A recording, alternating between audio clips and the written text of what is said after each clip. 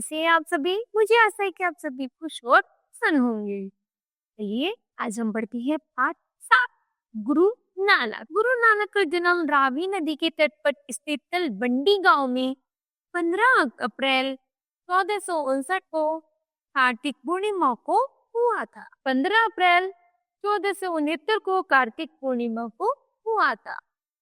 लड़कपन से ही वे सांसारिक विषयों से उदासीन हो गए और अपना समय आध्यात्मिक चिंतन तथा सत्संग में व्यतीत करने लगे।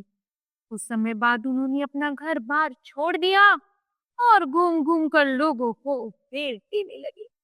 उनके पिता ने उन्हें समझाने के लिए मर्दाना नामक एक मुसलमान गवैया को भेजा, लेकिन वह नानक के उपदेशों से अत्यधिक प्रभावित हुआ और स्वयं उनका शिष्य बन गया। अब वे मर्दाना को साथ लेकर जगह जगह जाते और लोगों को उपदेश देते। वे कहते थे ईश्वर एक है, उसी ने हम सबको बनाया है। हिंदू मुसलमान सब एक ईश्वर की संतान है, उसके लिए सब बराबर है। आपस में प्रेम से रहो, अच्छे अच्छे काम करो जिससे ईश्वर के बराबर में, जिससे ईश्वर के दरबार में लज्जित न होना पड़े। सुनने वालों पर उनके उपदेशों का गहरा प्रभाव पड़ता था। अनेक लोग उनके शिष्य बन गए। धीरे धीरे लोग उनका खूब आदर करने लगे। गुरु नानक जब कहीं विश्राम करने के लिए रुकते थे तो बस्ती के बाहर ही अपना डेरा जमाते थे।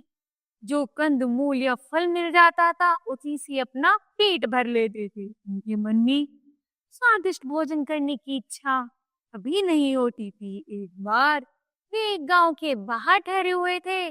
जब गांव वालों को ज्ञात हुआ कि गुरु नानक उनके गांव में आए हैं तो उन्होंने भोजन के लिए निमंत्रित किया। गुरु नानक ने उनका निमंत्रण स्वीकार कर लिया, लेकिन वो स्वयं भोजन करने नहीं गए। उन्हें मर्दानों को भोजन करने जाने को कहा।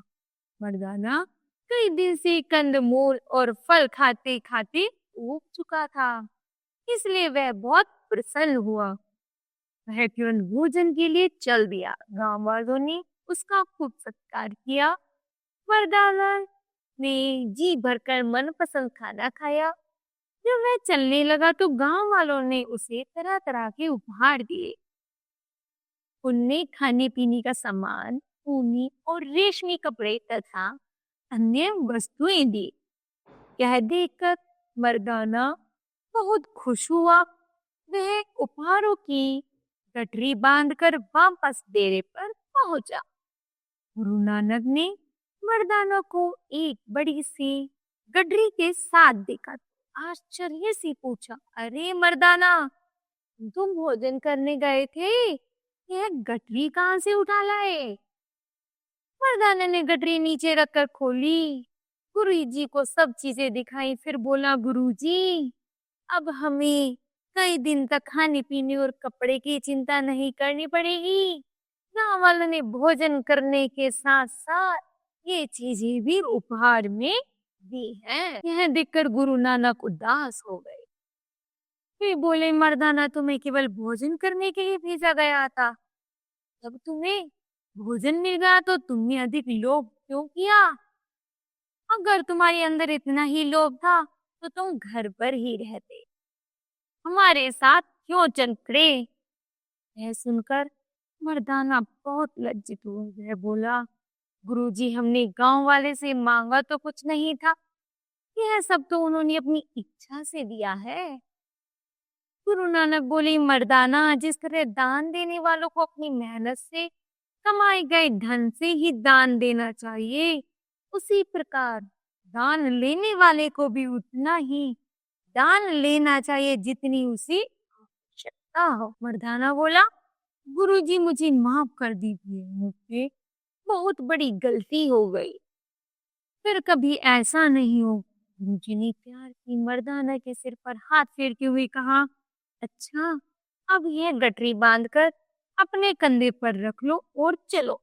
रास्ते में तुम्हें ऐसे बहुत से लोग मिलेंगे जिन्हें इन चीजों की हमसे अधिक आवश्यकता हो। ये सब चीजें उन लोगों में बांट देना। क्यों आज्ञा गुरुदेव कहकर मर्दाना खुशी खुशी गुरु नानक के पीछे पीछे चल दिया। रास्ते में उन्हीं कई दिनों की भूखे और नंगे लोग मिले। गुरु नानक की आज्ञा पाकर मर्दाना ने भी सब चीजें उनमें बांट दी। के बाद वे लोग आगे बढ़ गए। घूमते घूमते और लोगों को उपदेश देते हुए वे रावी नदी के तट पर पहुंचे। वहां का प्राकृतिक वातावरण उन्हें बहुत पसंद आया। वहां गुरु नानक ने अपना आश्रम बनाया। गुरु नानक सुबह सुबह भजन गाते, मर्दाना करताल बजाता। धीरे धीरे लोगों को पता चला और आसपास के गांव के लोग वहां आने लगे। उनका मधुर गीत संगीत लोगों के मनों को बांध लेता था। गुरुजी पहले भजन गाते फिर लोगों को उपदेश देते। एक दिन उन्होंने ध्यान दिया कि उनका उपदेश सुनने आने वालों में से एक 7-8 साल का लड़का भी था। वह प्रतिदिन वहां आता, उनकी बातें बड़ी ध्यान से सुनता। एक दिन उपदेश के बाद गुरु नानक ने उस लड़की को अपने पास बुलाया और प्यार से उसके सिर पर हाथ फेरते हुए कहा, पूछा पूछा बेटे, तुम्हारी तो उम्र अभी बहुत छोटी है, तुम यहाँ क्यों आते हो? क्या तुम्हारा मन खेलने को नहीं करता? यहाँ आने के लिए तुम्हें किसने कहा है? लड़का गंभीर स्वर में बोला, गुरुजी, मुझे यहाँ आने के लिए किसी ने नहीं कहा। मैं स्वयं ही ऐसा अनुभव हुआ कि मुझे यहाँ आना चाहिए। गुरु नानक ने जिज्ञासा से पूछा, तुम्हें ऐसा क्यों लगा? लड़का बोला, कुछ दिन पहले मेरी माँ ने मुझे चूल्हा जलाने को कहा। मैंने चूल्हे में लकड़ियां रखी और आग लगा दी। मैंने देखा कि छोटी लकड़ियां पहले आग पकड़ने लगी। यह देखकर मैं सोच में पड़ गया। गुरु नानक की उत्सुकता बढ़ती जा रही थी। उन्होंने पूछा, तुम क्या सोचने लगे? लड़के ने कहा, मैं सोचने लगा कि मैं भी तो एक छोटी लकड़ी की तरह ही हूँ। संसार की बुराइयों की आग तो सबसे पहले मुझे ही पकड़ेगी, इसलिए मैं अभी से अपनी शरण में आ गया हूँ। इसलिए मैं अभी से आपकी शरण में आ गया हूँ। लड़की की बात सुनकर गुरुजी बहुत प्रसन्न हुए। उन्होंने उसे अपना शिष्य बना लिया। इस लड़के का नाम लहना था।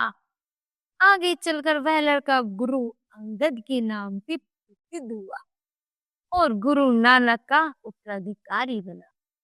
तो बताओ बच्चों, आज अपने इस बात से क्या सीखा?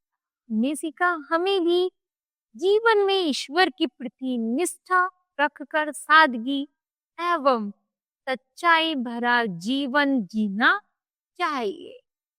मुझे आशा है यह पाठ बच्चों आपको अच्छे से समझ आया होगा। धन्यवाद।